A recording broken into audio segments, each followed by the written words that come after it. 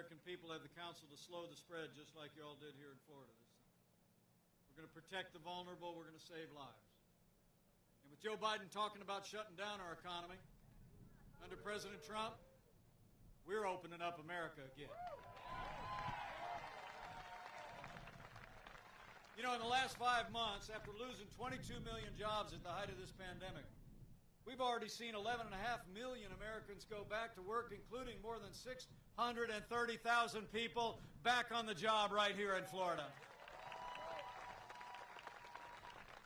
So we're opening up America, and we are opening up America's schools.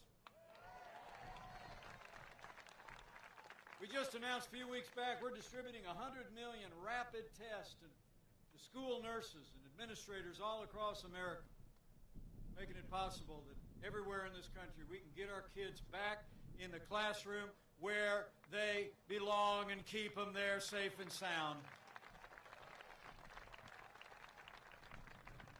So we've gone through a time of testing, but in just 19 days, we're coming to a time for choosing. The choice in this election has never been clearer. The stakes have never been higher. It's amazing to think in the middle of a global pandemic, Joe Biden wants to raise taxes by $4 trillion. President Trump, we not only cut taxes across the board for businesses and families, but we're going to keep cutting taxes for 4 more years.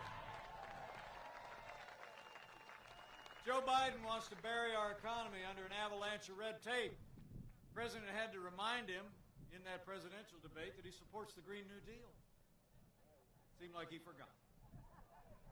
He wants to put us back in the Paris Climate Accord. President Trump, we cut federal red tape. Our air and land and water are the cleanest in history, and we're also a net exporter of energy for the first time in 70 years. When it comes to trade, the contrast couldn't be clearer. When we took office, half of our international trade deficit was with China. $500 billion a year we were losing to China. Joe Biden's been a cheerleader for communist China all along the way. President Trump, he put China on notice. He said the era of economic surrender is over. We imposed tariffs, and we're going to stand strong with China until they respect American workers and American property.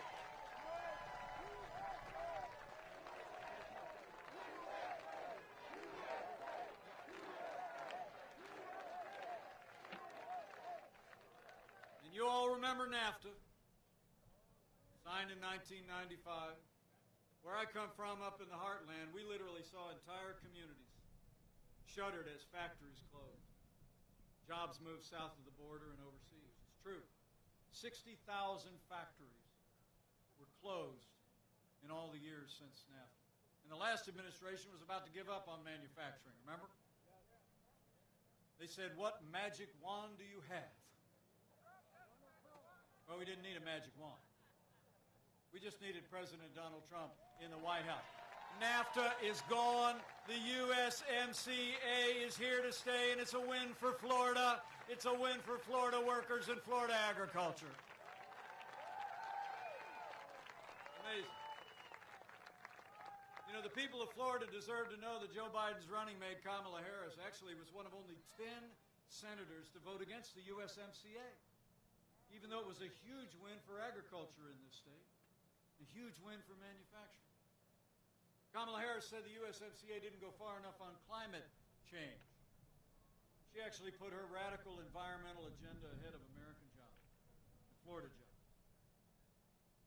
And I promise you, with 4 more years of President Donald Trump, we're always going to put American jobs and American workers first.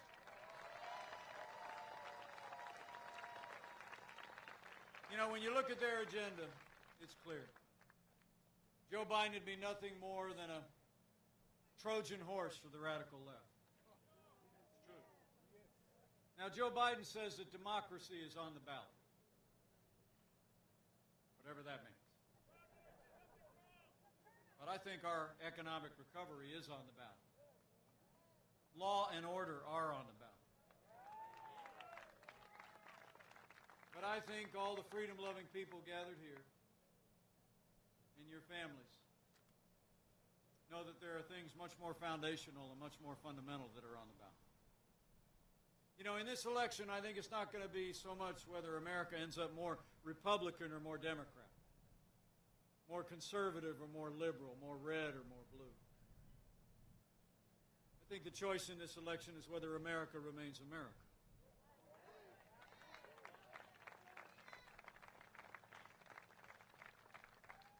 It's whether we're going to allow Joe Biden, Kamala Harris, and the Democratic Party to steer us on a path forged by the radical left toward more government, less freedom, and an inexorable path to socialism. Or whether we're going to renew our commitment to all the ideals that have made this country great, of freedom and personal responsibility. You know, it's a choice so many families in this community understand better than most Americans. Many of your families, generations past, actually fled tyrannies, like communist Cuba, socialist Venezuela, to come to this land of freedom.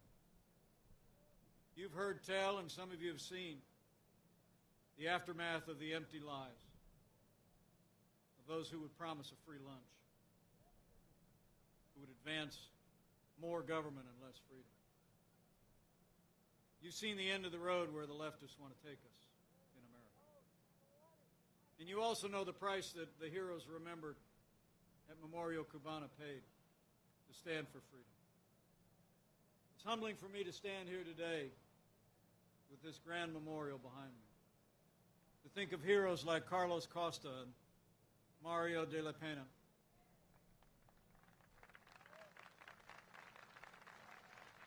They were called Brothers to the Rescue.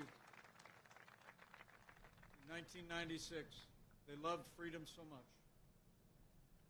They flew missions, attempting to locate Cuban refugees who were trying to escape communist tyranny of Castro, so they could drop relief supplies on them and radio their position to the Coast Guard. But you all know the story.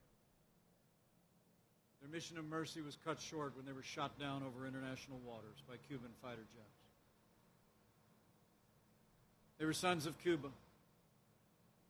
They were patriotic Americans, and we rightly honor their memory in name and in deed. We're inspired by their example, by what they were willing to do to advance the freedom in this nation and in this hemisphere in their time. We know they were driven by love for their families. We know they were driven by love for freedom. And as a great Cuban American who fled Cuba as a child said at the Republican National Convention, and I quote, Maximo said, right now it's up to us to decide our fate and to choose freedom over oppression. He said, rightly, you and I will decide. But then he said, here's what I've decided. He said, I choose President Trump because I choose America. I choose President Trump because I choose freedom. So for our freedom and for our future, we need to decide right here and right now that Joe Biden will never be president of the United States. We're going to re-elect President Donald Trump for 4 more years.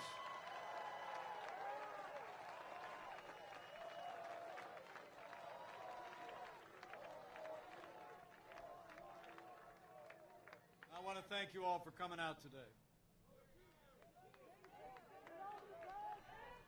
And I want to thank you for the honor of serving as your vice president these last 4 years. It's the greatest honor of my life. You know, I've served alongside this president every day the last 4 years. I really didn't know the Florida resident who became our president until he asked me to join the ticket. But you know, some people think we're a little different.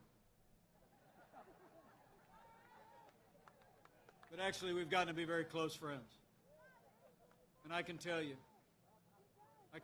firsthand, there's not a day gone by that President Trump hasn't gotten up, turned his face like flint against the wind of unprecedented opposition, and fought to keep the promises that he made to the American people. Now it's our turn to fight for him. It's on, Florida. We got to make it happen. It's going to take all of us. So before I leave, I want to ask you to do a couple of things.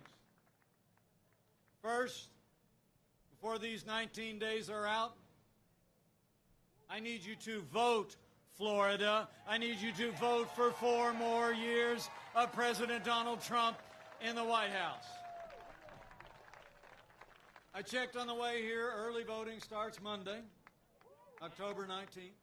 And remember, if you take advantage of early voting, friends don't let friends vote alone. Bring a family member, bring a friend, bring a neighbor, and cast a vote for 4 more years. And secondly, after you're done voting, I need you to keep on doing what you're doing right now. Bring this incredible enthusiasm. Wear the hat. Wear the shirt. Tell the story. Tell people, you know, I ran into Mike the other day out in the field, out on the fairgrounds. He stood out there for like an hour, just giving us the top lines of everything we've been able to accomplish and all that we can do in the choice in this election. I want you to talk to your neighbors and friends at work, at worship, every day. And when you do it, I encourage you to have faith. Have faith in the American people. You know, I really do believe that a careful study of American history proves that every time the American people have been given a clear choice between a future built on freedom and a future built on less freedom, they choose freedom every single time. So go tell your neighbors and friends that freedom's on the ballot on November the 3rd. And lastly, I'd encourage you to have that other kind of faith as well. You know, at the end of the vice presidential debate, I got a question from a little girl. She said that when she was watching television, it seemed like people were arguing all the time. She wondered how we could bring our country back together. But as I've traveled across this country these last 4 years, I've become convinced that there will always be more that unites us in these United States than could ever divide us. And chief among those things is faith. It's true. And so if you're of a mind to bow the head and bend the knee in the next 19 days, I encourage you to do that too. And when you pray, pray with confidence. Mindful of those ancient words, that if his people who are called by his name will humble themselves and pray and turn, he'll do like he's always done in the long and storied history of this nation. He'll hear from heaven, and he'll heal this land. This one nation, under God, indivisible, with liberty and justice for all. So pray for America. Pray for all of the American people. It'll make a difference.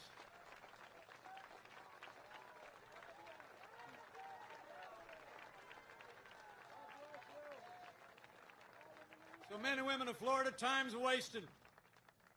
You still got the better part of the rest of the day. Get out and tell the story. But I leave here today encouraged.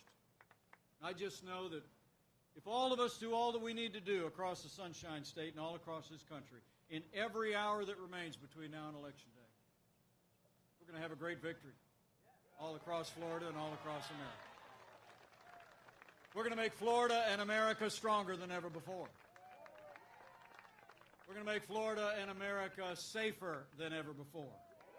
We're going to make Florida and America more prosperous than you could possibly imagine. And with Rick Scott and Marco Rubio in a renewed Republican majority in the Senate, with Maria Salazar, Carlos Jimenez, Mario Diaz-Balart in a new Republican majority in the House, with President Donald Trump in the White House for 4 more years, and with God's help, we will make America great again. Again.